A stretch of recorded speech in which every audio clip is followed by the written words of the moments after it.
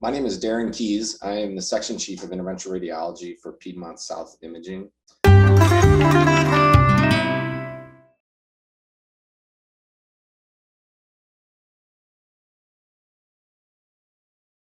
There are several imaging tests available for the screening and diagnosis of hepatocellular cancer. In an asymptomatic patient who has known chronic liver disease and they're normally screened by their gastroenterologist or their hepatologist or even their primary care physician by checking AFP levels. And if those AFP levels stay normal, the societal guidelines are that patients receive an ultrasound of the liver every 6 months. Now, there are some limitations with ultrasonography of the liver, being that, it's going to miss, some smaller hepatocellular cancers that could be present. So it's a good screening tool, but it's not very sensitive. Moving up in sensitivity and level of detection for HCC is a contrast enhanced CT scan of the abdomen. We do these in different phases. It's classically kind of called a triple phase CT.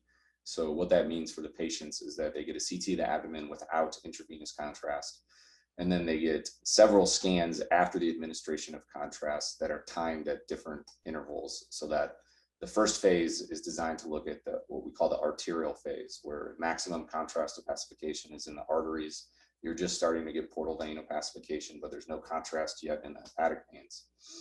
And then the next phase is called a portal venous phase. And that's kind of the classic CT scan that if you just order a CT scan of the abdomen with IV contrast, that's kind of the classic 70-second delay that gives kind of good opacification of all the parenchyma, both the arterial and the venous structures.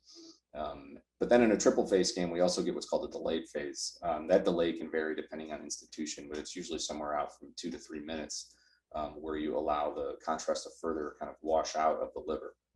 The reason these phases are important is the diagnostic criteria for HCC is very specific to the imaging appearance. It's one of the few cancers that if it has classic features on imaging findings, a biopsy is actually not necessary. It just is what it is. So those classic features for an HCC only apply to patients with cirrhosis, but the classic feature is of an arterial enhancing nodule that's usually, what that means is it's going to look very bright compared to the background liver on the arterial phase of the images.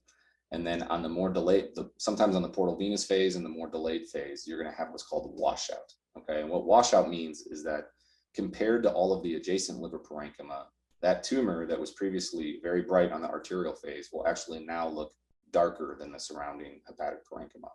And sometimes there's a rim, which is known as a pseudocapsule, and that's one of the other findings that is rather diagnostic of a hepatocellular cancer. They tend to have this pseudocapsule that forms around them that can retain contrast.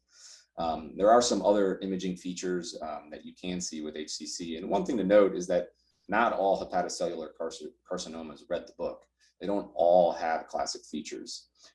Sometimes, they may have 2 out of 3 classic features, and that's okay. Some hepatocellular cancers will also contain fat, and that's another finding that you can have. But as long as those classic features, or at least an assortment of them, are in a patient that has cirrhosis, you can quite confidently say that a lesion is a hepatocellular cancer.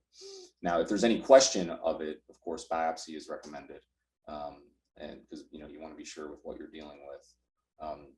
There's also a scoring system, or I don't know if scoring system is the right word, but there's a classification system in place that's called LIRADS, L-I-R-A-D-S. And that was developed by the American College of Radiology to look at hepatocellular cancers with regards to their imaging features and give them a score, where you progress from a score of 1 to 5, where 1 is benign, 2 is benign as well, 3 is indeterminate, 4 is probably HCC, and 5 is definitely HCC. And this is a very useful scoring system that we can use as well. Finally, MRI, contrast enhanced MRI, is probably the most sensitive test for the detection of liver cancers. It is also performed in a multiphasic way, where you look at arterial, venous, and delayed phase imaging. But not only do you get those contrast enhanced images, you also can have T2 weighted images, and HCCs have typically look brighter on T2 weighted images. you just have a lot more information with an MRI and a much wider array of soft tissue differentiation, which makes it probably definitely the most accurate study for determination of HCC in the liver. The reason it's not performed routinely as a screening test is it's not widely available and it's very expensive. Not all patients can tolerate having an MRI.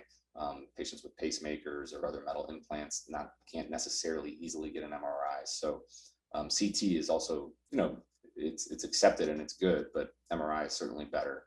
But generally, again, you're going to screen with ultrasound.